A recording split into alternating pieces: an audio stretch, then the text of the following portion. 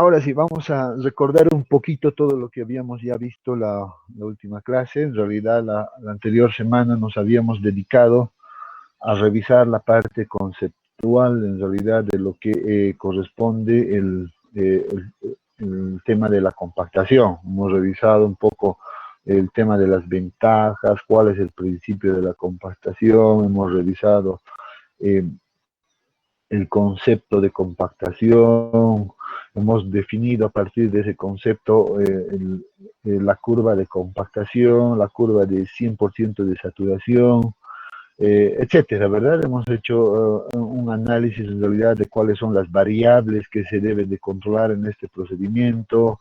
Hemos mencionado las 4 variables, densidades, humedades, energía y tipo de material. ¿Verdad? Entonces, eso lo hemos revisado en la primera clase. Todo básicamente corresponde al respaldo conceptual para ya entrar en lo que es la parte aplicativa de este procedimiento. En ese sentido, pues habíamos quedado en este punto y esto correspondía básicamente en realidad, a cómo afecta esta tercera variable que era la energía de compactación. Y de hecho habíamos concluido que la energía de compactación lo que hace en realidad es incrementar la densidad seca para un determinado material, pero a la vez reducir el contenido de humedad óptimo, ¿verdad? Entonces habíamos quedado con este punto. Y en ese momento pues estábamos introduciendo ya el estudio de esta energía de compactación que se aplica, o esta energía mecánica. En realidad ahora, el día de hoy, vamos a hacer la complementación de aquello y vamos a hablar básicamente de esas energías o de esa división de esas energías que se aplican. ¿Ya? Y en la práctica, como estamos ya observando acá, como algunos ya habrán tomado lectura de esto, pues hablamos de, por ejemplo, de 2 términos comunes que se utilizan ya en el campo laboral, ya, o en la práctica de manera general. Ya hablamos de lo que es la compactación estándar, que básicamente hace referencia a una energía de compactación estándar, por eso se le denomina este nombre, y otra que se la conoce como compactación modificada, nuevamente que también haciendo referencia a la energía eh, de compactación que en este caso se incrementa y a la cual se denomina modificada. ¿Por qué se las denomina como estándar y modificada? Porque básicamente ciertas energías mecánicas han quedado estandarizadas, en realidad, ¿ya? Entonces, cuando hablamos de un estándar, nos referimos a una energía específica que se debe aplicar en el proceso de compactación, y cuando hablamos de una energía modificada, pues estamos hablando también de otra energía de compactación específica. ¿Ya? Esa es la idea general, entonces, con respecto a la energía de compactación. Pues muy bien, para desarrollar un poco más sobre estas energías estándar modificada, pues vamos a irnos a hablar de lo que tiene que ver la compactación en laboratorio. Por tanto, este es algo muy común, muy cotidiano en realidad en la vida profesional. Por tanto, es algo básico que debemos todos saber, no solo los que se dedican a la geotecnia, sino todos los ingenieros en general, pues deberíamos conocer sobre este tema, porque vamos a solicitar todo el tiempo estos ensayos en laboratorio. ¿Ya? Entonces, bien, vamos a empezar a hablar de estos ensayos. Como ya les había introducido anteriormente, pues en laboratorio de suelos, obviamente, se tiene 2 ensayos estandarizados, con el que reciben el nombre de Proctor estándar y Proctor modificado. Por tanto, cuando uno se acerca al laboratorio de suelos, pues seguramente va a pedir que uno de estos ensayos, dependiendo de las condiciones a las cuales uno quiera llegar. ¿ya? Entonces, de momento no vamos a hablar de aquello, de cuáles son esas condiciones, simplemente el objetivo de ahora o de esta presentación, pues consiste en entender cuál es la diferencia entre estos dos ensayos y su procedimiento sobre todo, ¿ya? Entonces, vamos a hablar en ese sentido. Eh, Inicialmente debemos hablar de los materiales que se requieren para realizar estos dos ensayos en laboratorio. Tenemos acá los moldes que se denominan los moldes Proctor en realidad, que es que un laboratorio tiene estos accesorios, y por otro lado estos pisones o martillos también que se las conoce con términos mucho más prácticos. ¿Ya? Entonces acá tenemos dos tipos de martillos, tenemos también dos tipos de moldes, obviamente la diferencia está en las medidas de diámetro y altura sobre todo, que se describen con más detalle en esta fotografía que está, por ejemplo, acá a la derecha. ¿Ya? Entonces, noten que un molde Proctor está compuesto por tres elementos en realidad, una base, una placa base, que es la que se observa acá, si uno quiere relacionarlo con la fotografía, acá está esta su placa base, que tiene ciertos conectores en realidad para poder asegurar el molde. Este es el molde Proctor en sí, que está, que es esto en realidad. Acá está el molde Proctor.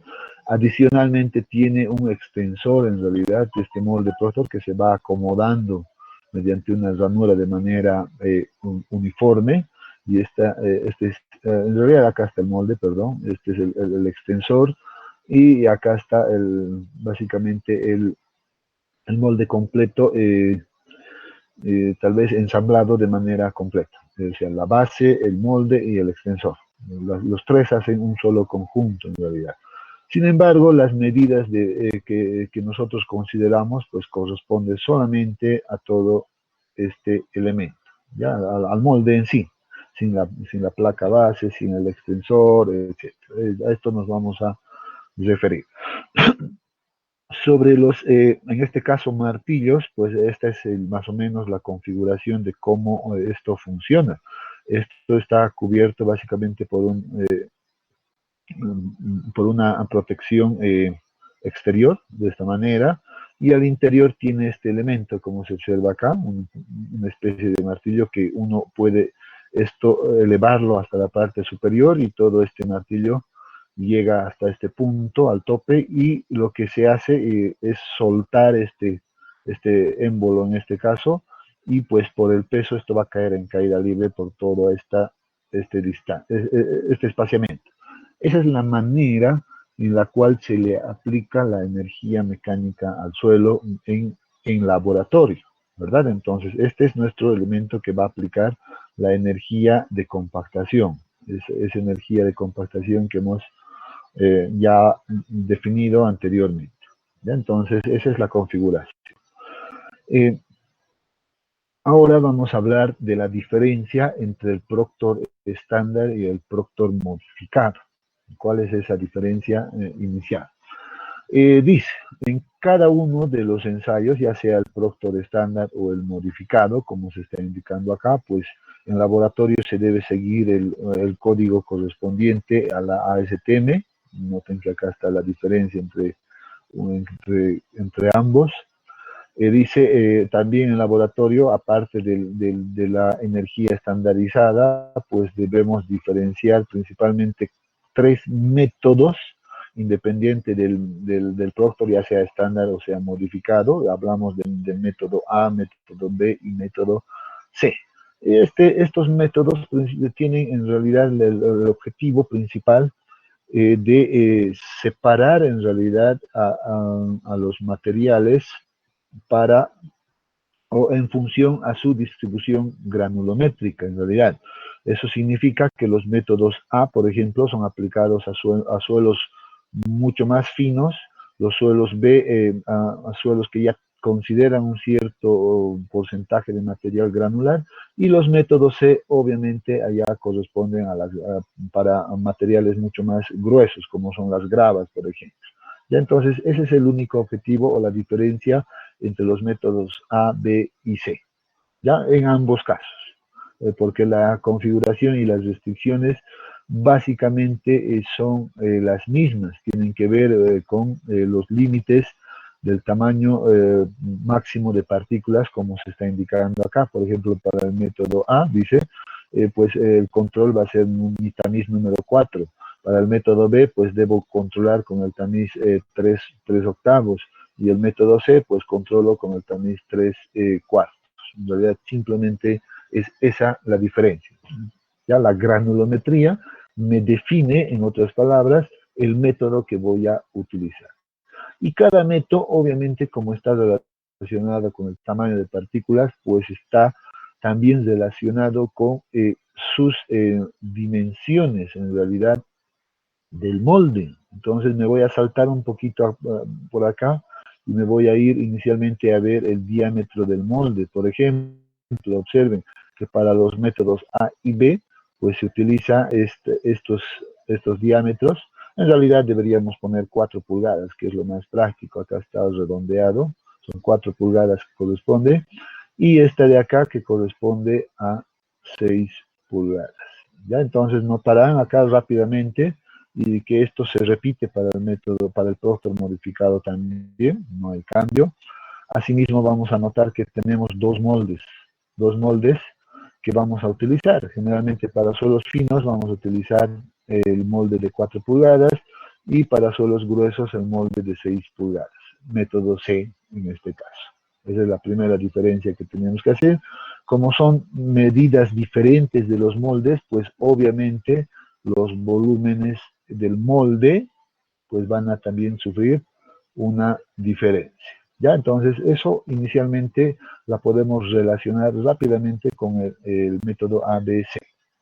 Por otro lado, este método ABC, pues también hace referencia, en este caso, en realidad, acá creo que lo único que vamos a definir es esta altura de caída libre del martillo en este caso. En el Proctor estándar, ya sea para los métodos A, B, C, pues la altura de caída va a ser la misma, entonces eso significa que vamos a utilizar un martillo diferente. En el Proctor modificado, noten que esa altura cambia, ha subido a 46 centímetros, entonces eso ayuda a que en laboratorio se aplique una mayor energía.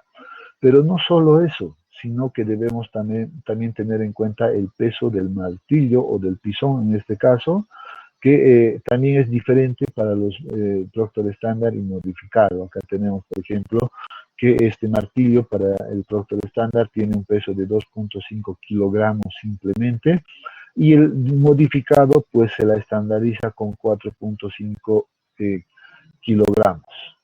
Ahora viene la respuesta como que les había indicado hace un momento. Les había dicho, pues generalmente las energías de compactación se la han estandarizado. Entonces, de esta manera, tanto con la altura de caída del pisón y el peso del mismo, pues se está estandarizando a energías ya específicas, como se está indicando acá en la parte inferior.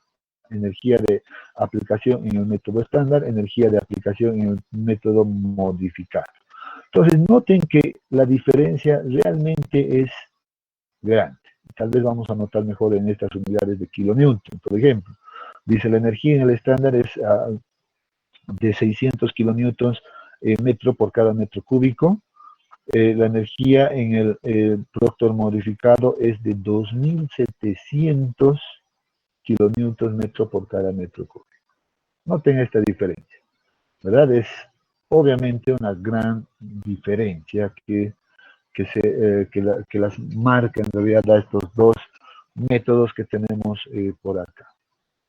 ¿Ya? Entonces, bien, esto es lo que uno debe entender cuando hablamos de Proctor estándar y modificado, sobre todo en realidad ya en el desarrollo profesional. Uno tiene que tener claro esto, a qué se refiere el Proctor estándar y modificado. Entonces, eso es importante. A veces los colegas simplemente se memorizan en realidad el Proctor modificado y dicen, no, hay que hacer siempre un Proctor modificado. Piensan, porque estamos aplicando una energía mucho mayor, entonces la lógica les indica de que a mayor energía aplicada, pues van a encontrar una mejores condiciones, pero a veces no siempre eso es posible en obra. Ya, esto vamos a recordar este punto cuando estemos hablando de la compactación en campo, que es el siguiente apartado que correspondería a la clase del día miércoles en realidad. Bien, entonces vamos a quedarnos únicamente con esta diferencia de manera inicial ahora entre estos dos métodos, ¿ya? El diámetro del pistón, pues parece ser uniforme para ambos, no hay ningún cambio al respecto. Otro detalle importante en realidad es estos dos puntos de acá, que también me van a relacionar para garantizar sobre todo esta energía que se va a aplicar acá. ¿Ya? Entonces, ¿qué es lo que nos dice, por ejemplo, el Proctor estándar, independiente de los métodos A, B y C? Que nos dice, debemos realizar la compactación en capas. Obviamente no la vamos a no vamos a rellenar de material al molde en una sola capa, sino, dice el Proctor estándar, se la realiza en 3 capas diferentes, ¿verdad? Si uno entiende aquello, pues dice, yo tengo mi molde Proctor que he visto hace un momento en detalle, obviamente está un poco chueco. Este molde, pues dice, debo colocarle yo en capas. Eso significa que debo colocarle una primera capa por acá. Y dice, a esa primera capa, pues debo aplicarle 25 golpes utilizando el pisón o el martillo que hemos descrito anteriormente. Entonces dice, a esta capa le aplico 25 golpes. Eso obviamente se traducirá en una determinada energía. ¿Ya? Entonces a la primera capa le aplico los 25 golpes acá bien distribuidos. Luego colocamos una segunda capa en el molde, pues nuevamente le aplicamos los 25 golpes que se indican acá y una tercera capa y nuevamente se aplica los 25 golpes. En realidad, para llenar el molde completo en laboratorio, pues yo debería de aplicar, según este procedimiento, 75 golpes de manera general, que le van a corresponder al Proctor estándar, ¿verdad? Al Proctor estándar. Entonces, ahí vamos simplemente a abreviar esto, que corresponde al Proctor estándar. Eso se realiza tanto para el método A, B y C. Simplemente método A y B. Para el método C, noten que en el Proctor estándar estamos todavía, pues se sufre una modificación en el número de golpes por capa. Noten, ¿verdad? Esto vamos a ponerlos para los métodos A y el método B. ¿Qué pasa si hablamos del método C, como nos dice acá? Dice, pues en ese caso debemos utilizar las mismas 3 capas, sin cambiar aquello, 3 capas, pero en cada capa debo aplicarlo 56 golpes. Ya no 25 golpes por capa. Entonces, ¿cuántos golpes en total tendríamos ahí? Entonces decimos 56 por 3, pues eso me da 168 golpes en total en todo el molde, ¿verdad? Entonces ahí aplicamos aquello, 168 golpes. Entonces, pues ahí vemos la diferencia, ¿verdad? Entre los diferentes métodos que se están describiendo. Pasemos al Proctor modificado. ¿Qué dice al respecto? El Proctor modificado sufre un cambio. Obviamente debe ser notorio esta energía, porque necesitamos implementar mayor energía en el mismo volumen de molde que es el que vamos a utilizar. Por tanto, para eso se plantea la norma ASTM, plantea que deberemos utilizar ya no 3 capas, sino que el mismo molde deberemos dibujarlo seguramente en ya en 5 capas eh, relativamente uniformes, ¿verdad? Entonces acá sí tenemos nuestro propio, el mismo molde, pues ahora dice que debemos utilizar seguramente una primera capa ahí, aplicarle 25 golpes si es el si es el método A y B, y si es el método C, 56 golpes de igual manera, pero en las 5 capas. Ahí tenemos una, dos, eh, tres, bueno, me sale un poco desigual, en teoría debería de ser, las capas deberían de ser relativamente uniformes, una, dos, tres, cuatro y 5 capas, pero la idea es que entendamos esto, ¿verdad? Si ahora nos ponemos nuevamente a pensar, vamos a decir, si hablamos del método A y B, pues vamos a aplicar 25 golpes por cada capa, 25 por 5, eso nos da 125, ¿verdad? 125 golpes, obviamente es mucho mayor ya a lo que estamos aplicando. Si hablamos del método C, pues noten que 56 por 5 ya nos da un valor de, 56 por 5 es 280 golpes que debemos dar. Obviamente la diferencia ya se marca eh, mucho más claro viendo esos números. Pero bien, este cuadro pues nos sirve para entender con claridad, creo yo, la diferencia entre el Proctor estándar y el Proctor modificado. Muy bien, ahora paso la consulta a todos ustedes. Si les digo, podemos entender la diferencia entre ambos ensayos de laboratorio que se tiene.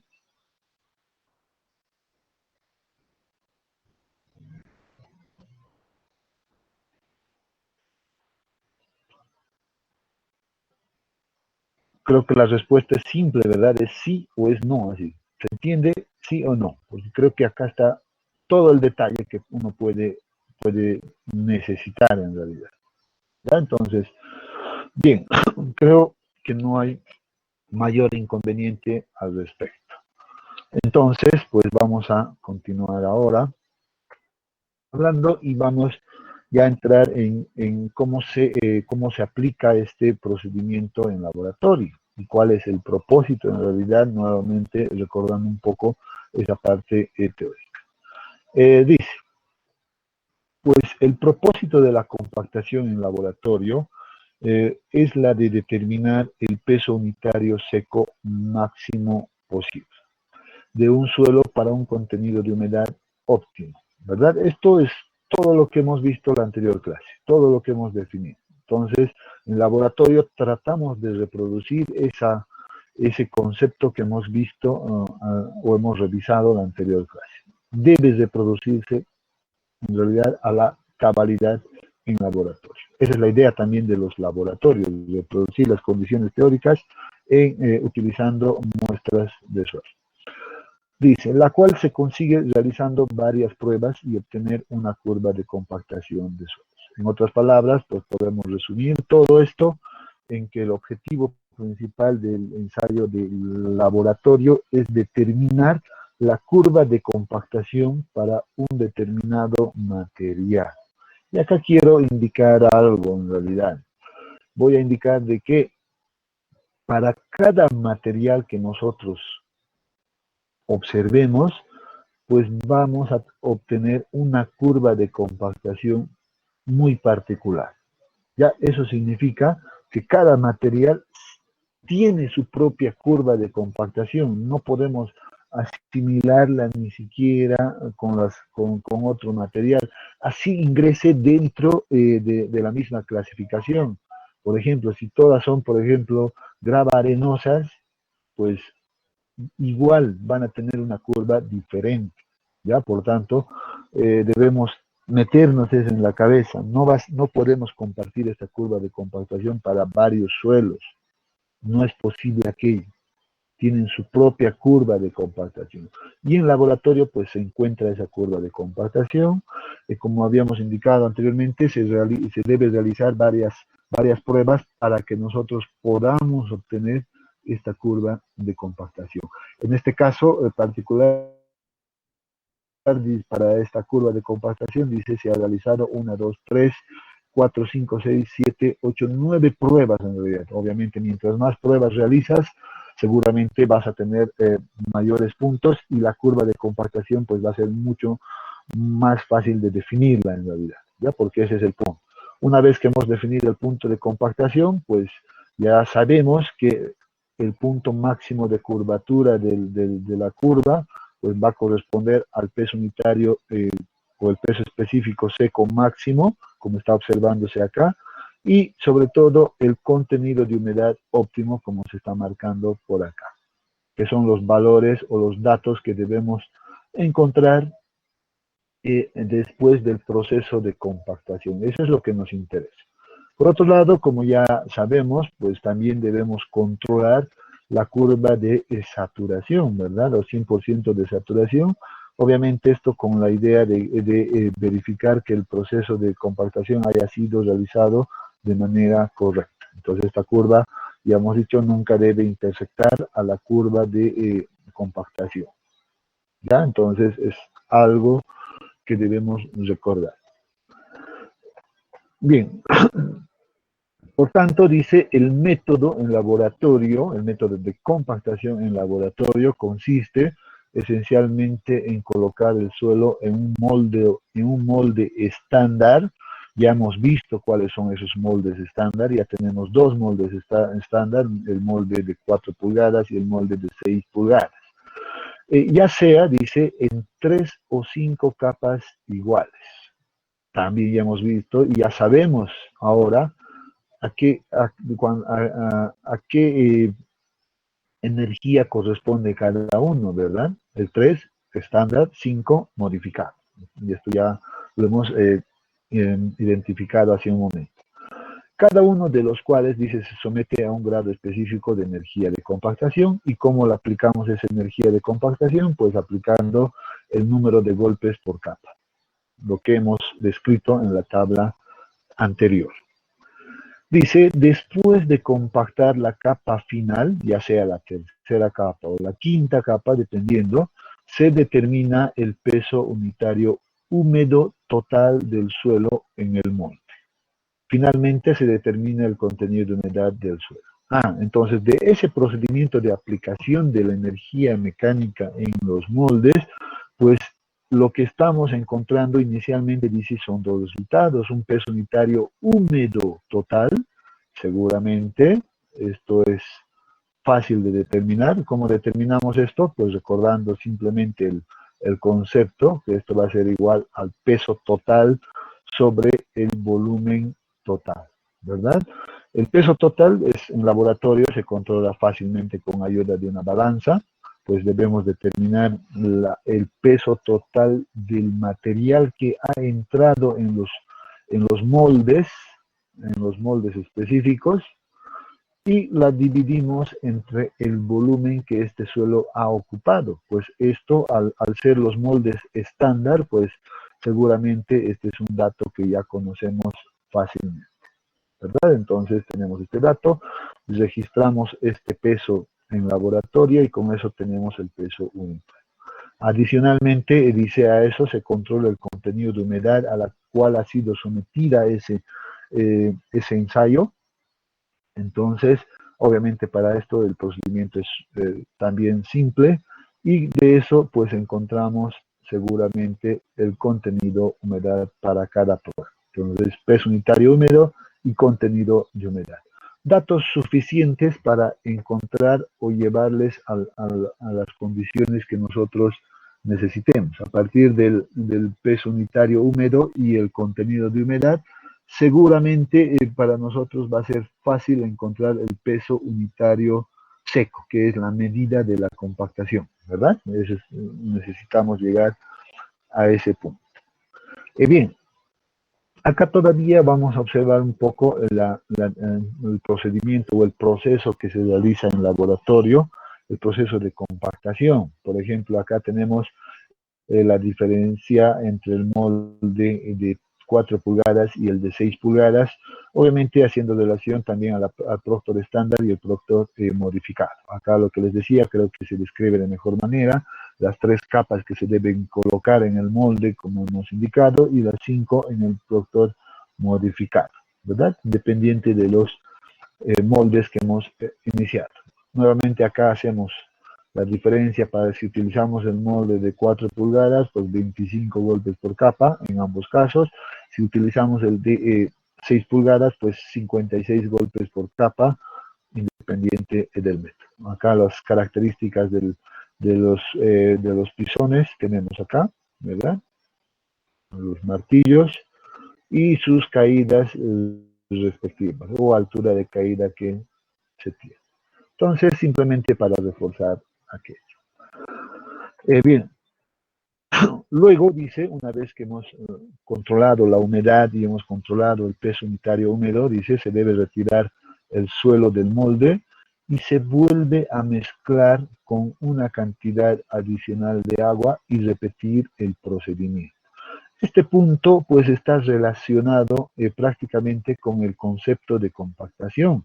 Recuerden que nosotros hemos visto este punto a través de una curva y habíamos dicho que si nosotros incrementamos gradualmente el contenido de agua para aplicar la energía de compactación, pues esto nos daría mejores ganancias de peso unitario. Pues en laboratorio estamos repitiendo ese proceso, incrementando en realidad es un poco de agua, obviamente de manera gradual, nuevamente. Y para cada ensayo, pues vamos incrementando cierta cantidad de agua. Por eso dice, se debe realizar 5 puntos de ensayo mínimamente. La norma ASTM, pues nos habla mínimamente de 5 puntos que debemos generar para tener una curva de compactación adecuada. ¿Ya? Finalmente dice, una vez que hemos repetido todo este procedimiento, pues vamos a tener que calcular el peso unitario seco. Como ya les había anticipado, pues la ecuación que nosotros vamos a utilizar es esta. El peso unitario seco es igual al peso unitario húmedo dividido entre 1 más el contenido de humedad. Sin embargo, en este punto vamos a hacer referencia, por ejemplo, a estos 5 puntos. Entonces, de acá, pues, resulta que nosotros debemos tener 5 puntos bien definidos. 1, 2, 3,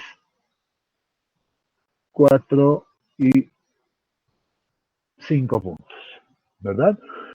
¿Cuál va a ser la diferencia entre estos 5 puntos? Obviamente, esto de acá, el peso unitario seco, seguramente vamos a tener peso unitario seco 1, que le va a corresponder obviamente a un contenido de humedad también específico. Perdón. Guarden esto.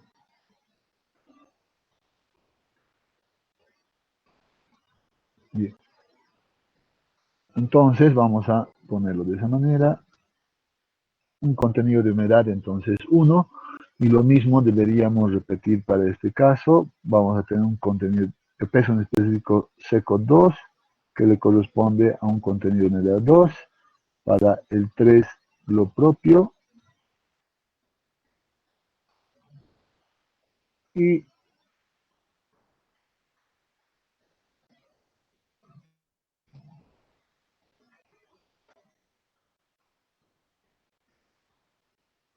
cuatro.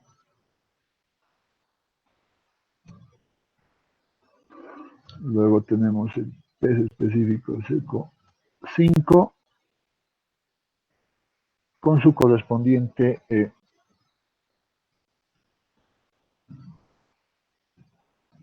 contenido de humedad. Entonces, el resultado final del laboratorio es esto. Nos va a proporcionar estos valores, peso unitario seco 1, peso unitario, y su contenido de humedad 1. Como en este procedimiento, para cada prueba hemos incrementado el contenido de humedad, y esto en realidad en la práctica tiene una diferencia en realidad entre contenidos de humedad entre el orden del 2% al menos. Ya puede ser el 2%, 1.5%, 2.5%, pero se toma como una referencia un 2% de diferencia entre estos contenidos de humedad.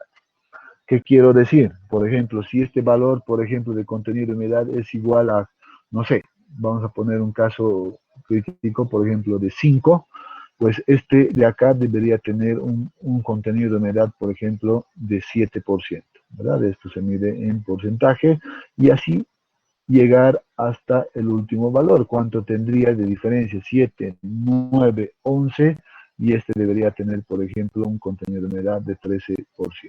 Esa es la variación que se realiza en laboratorio, al menos con una diferencia del 2% en los contenidos de humedad. Y esto no es fijo, obviamente esto es una referencia. Esto depende del tipo de material que uno va realizando. Algunos materiales con el 1% de incremento, obviamente ya generas un gran cambio seguramente en este comportamiento. ¿Ya?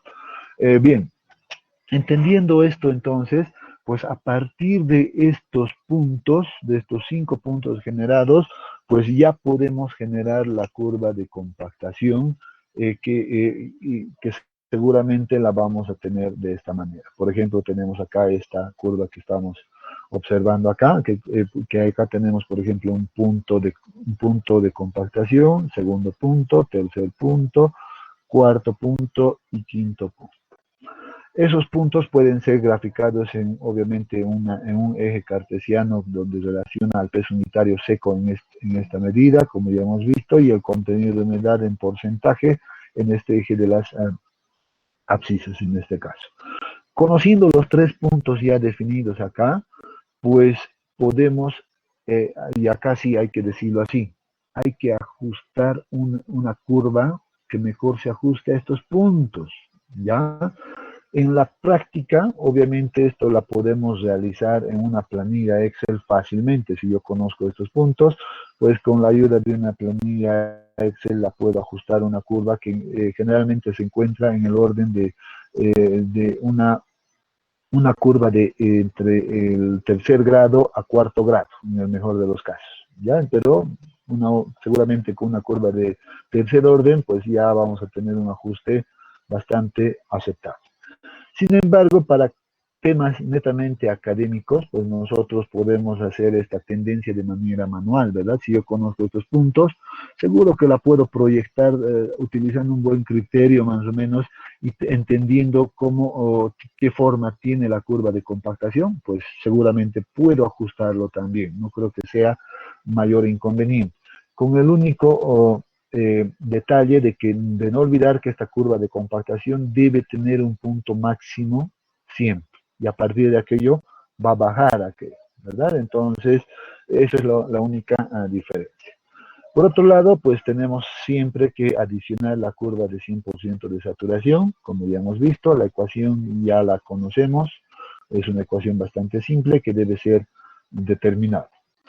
Bien, entonces ese es el procedimiento que se realiza en laboratorio joven. ¿Ya? Entonces no es complicado, pero sí hay que tener un poco de cuidado. Este procedimiento que hemos hablado, pues se repite para el producto estándar y modificado de igual manera. No hay ninguna variación en ambos. Vamos a generar los 5 puntos siempre. ¿Ya? Entonces, pues con esto, finalmente para terminar el apartado de la compactación en laboratorio, pues vamos a introducirnos en la cuarta variable que habíamos mencionado, que corresponde al tipo de material, ¿verdad? Entonces, en este caso, pues esta curva, esta gráfica más bien, nos está mostrando en realidad varias curvas diferentes, observen, de que va de la curva 1 hasta la curva 8, que corresponden a distintos materiales.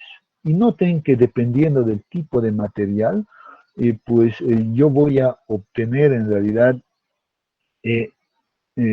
por un lado, mayores valores de densidad, en este caso, o peso unitario seco, y en algunos casos menores valores de densidad seco, y por otro lado, noten que en función al tipo de material, hasta la forma de la curva de compactación, pues va cambiando, ¿verdad? Eso depende del tipo de material. Por ejemplo, observemos por ejemplo, la curva 1. Dice, esta curva 1 corresponde a una arena bien gradada. Cuando el gradaje o la graduación de las partículas es uniforme, pues dice, vamos a tener una curva más o menos como la teoría nos indica, ¿verdad? Sin embargo, si ya nos vamos por ejemplo, a la curva 2 que nos dice, pues esta va a ser una magra, arenosa, bien gradada, pues ya es otro tipo de material, pues vean que reduce en peso unitario y además esto ya se va inclinando un poco hacia este otro lado y así sucesivamente. Noten que para la curva 8 que corresponde a una arcilla, perdón, mal gradada, en términos aquí de graduaciones, pues vamos a tener curvas mucho más planas en este caso.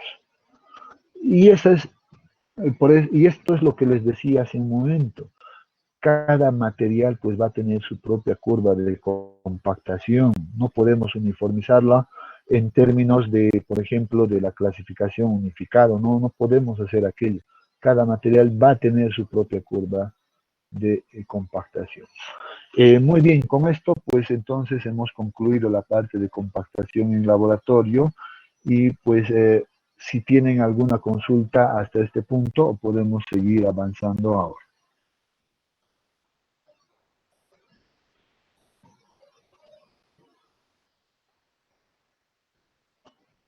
¿Qué dicen jóvenes? ¿Está claro?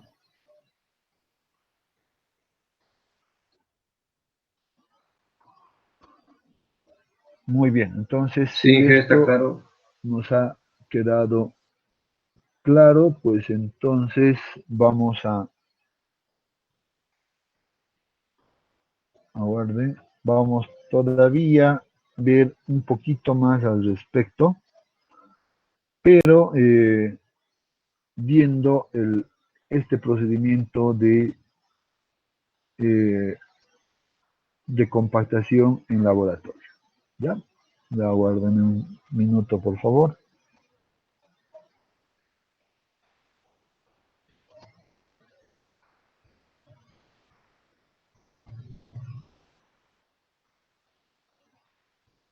Ahora sí. A ver, ya para cerrar este punto de laboratorio, pues voy a nuevamente presentar o compartirles un nuevo documento. ¿Dónde estamos? Acá está. ¿Me confirman, por favor? Este documento también se las voy a pasar en realidad al Classroom como documento de estudio o como referencia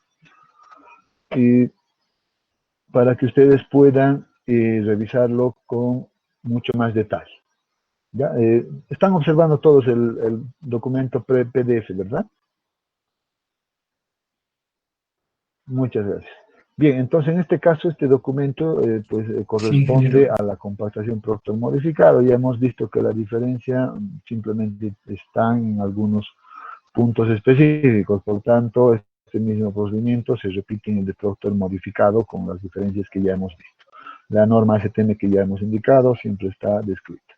Ya este documento pues tiene que ver con el propósito del ensayo, los materiales y equipos que se utilizan. Obviamente acá están las fotografías que tal vez ya hemos visto, los dos moldes distintos, los pistones o pisones en este caso que también utilizamos, los martillos con sus respectivos datos. Entonces tal vez acá los datos están mucho más claros todavía.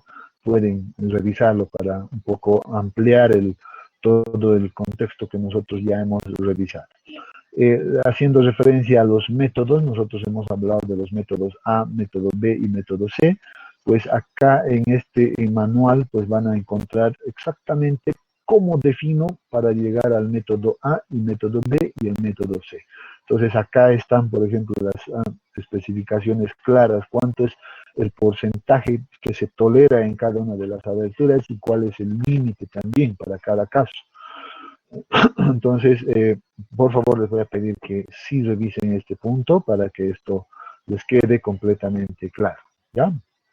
Nosotros hace un momento lo hemos identificado como A, B, C y D y hemos puesto nivel de control, también número 4, 3 octavos y simplemente, y 3 cuartos, ¿verdad?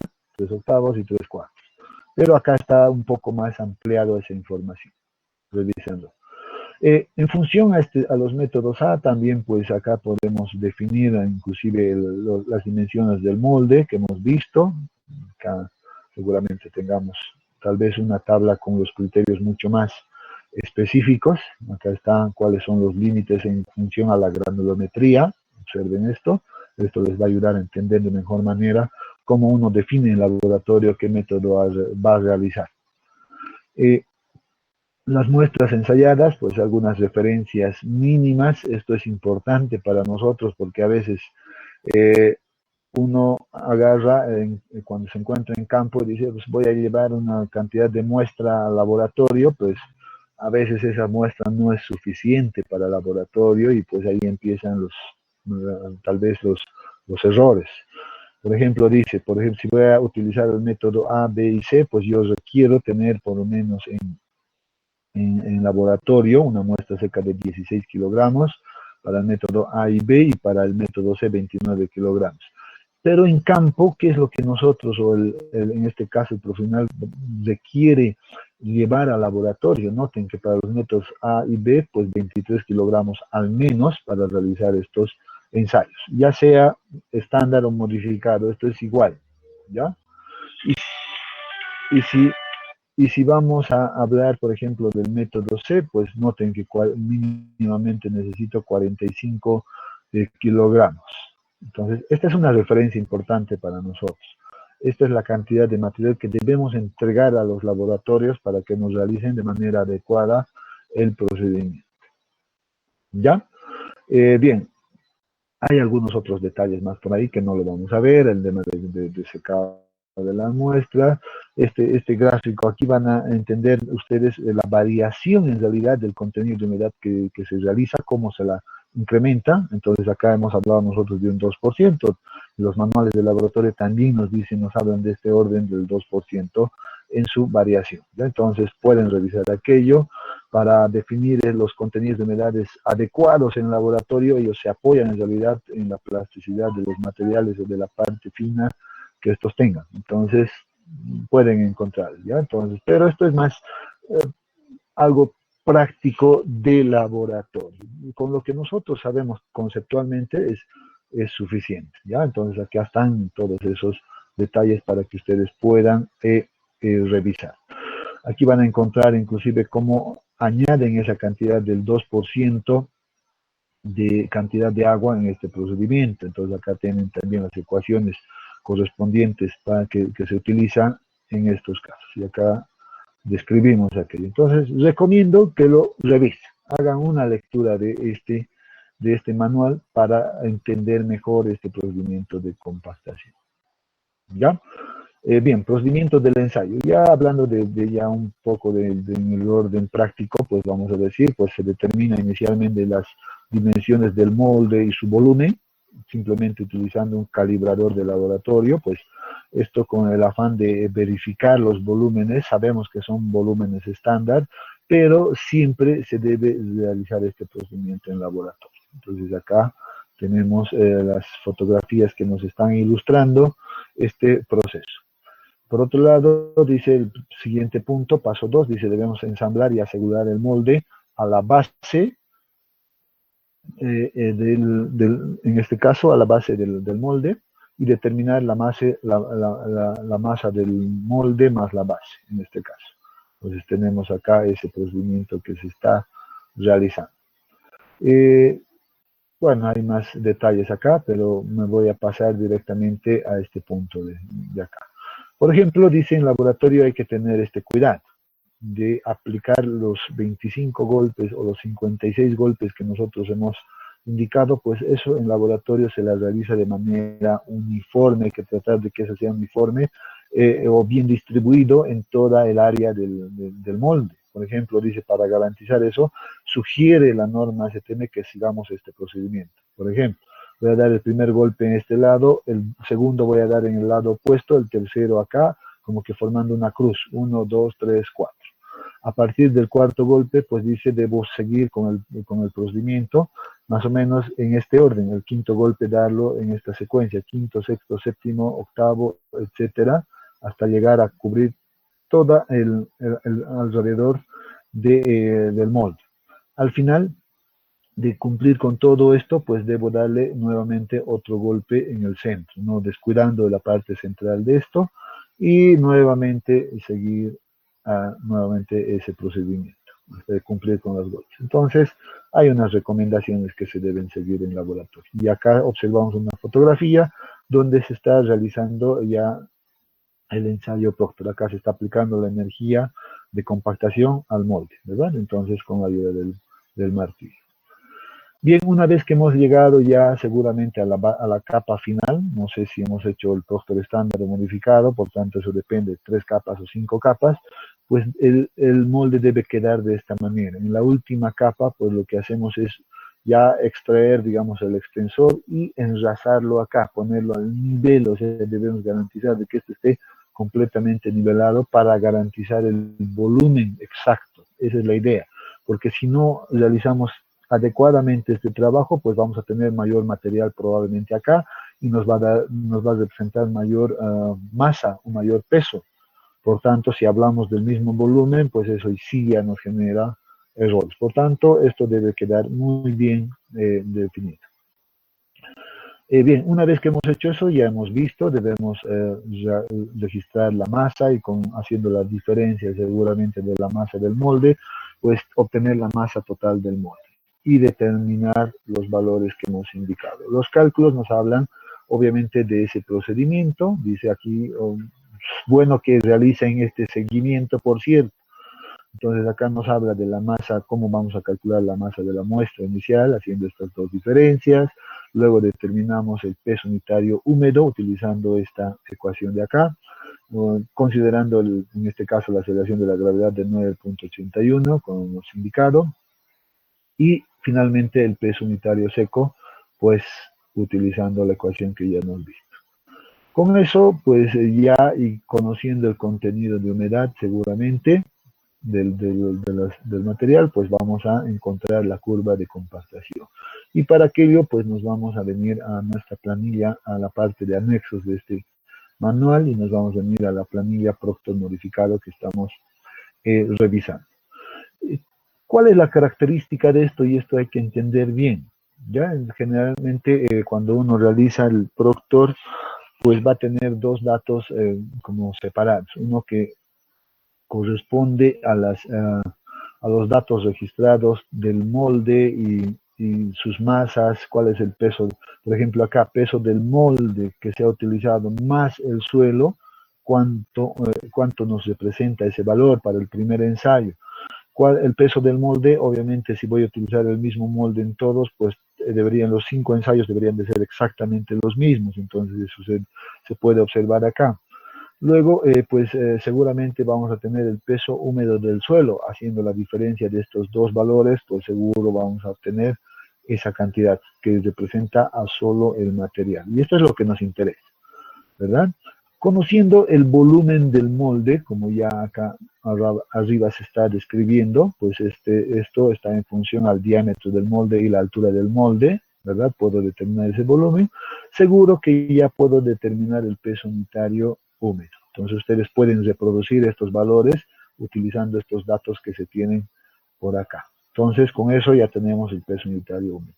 Pues para encontrar el peso unitario seco, pues seguramente necesito conocer el contenido de humedad, y acá está el contenido de humedad. Dice, en cada prueba en laboratorio, pues se realiza dos contenidos de humedad de cada prueba. Entonces, por ejemplo, para la primera prueba, pues esta línea de división es clara, pues corresponde a cada ensayo, ¿verdad? Entonces, para este ensayo se determina, dice, dos contenidos de humedades.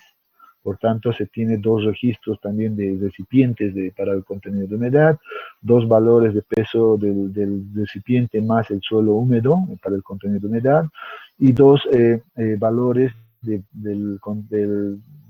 peso, por ejemplo, del recipiente más el suelo seco, y con esos valores pues determinamos el contenido de humedad. Por ejemplo, acá dice 9.52 y 9.59. Obviamente, si estamos hablando de la misma muestra, va a haber un ligero cambio, pero no debería de ser un cambio muy, muy radical en estos dos valores, porque si no, eso significaría que estamos seguramente cometiendo algún error. Con estos dos valores, pues sacamos una humedad promedio que tenemos de acá, humedad promedio, y este es el valor que vamos a utilizar para los cálculos. Con el peso unitario húmedo, pues aplicando la ecuación correspondiente y el contenido de humedad, pues determinamos el peso unitario seco. Y este procedimiento lo repetimos para las 5 pruebas que hemos realizado, 2, 3, 4 y 5. Se repite de la misma manera, obtenemos esos valores y ya con esos valores, como les había indicado, pues tenemos acá los puntos 1, 2, por ejemplo, 3, 4 y 5. Y si hago un buen ajuste, pues esto me va a marcar una pequeña curvatura por acá, como se está observando en esta gráfica. Obtenida la curva de compactación, pues ahora sí simplemente debo observar el punto de mayor curvatura para definir el valor que le corresponde al peso unitario seco máximo y su correspondiente contenido de humedad, que vienen representados acá a la derecha, ¿verdad? Entonces, ese es el proceso que se debe realizar. Entonces, yo sugiero, para que a ustedes les quede claro todo esto, pues agarren estos datos de acá, todos estos datos de acá y la reproduzcan. Ya la pueden reproducir de manera manual o la pueden reproducir con ayuda de una planilla Excel. Yo recomiendo que la hagan de manera manual porque ahí van a entender exactamente cómo se está comportando esto. ¿Ya? Entonces ahí se las voy a facilitar este documento para que ustedes complementen este punto. Muy bien, entonces si tienen alguna consulta hasta este punto.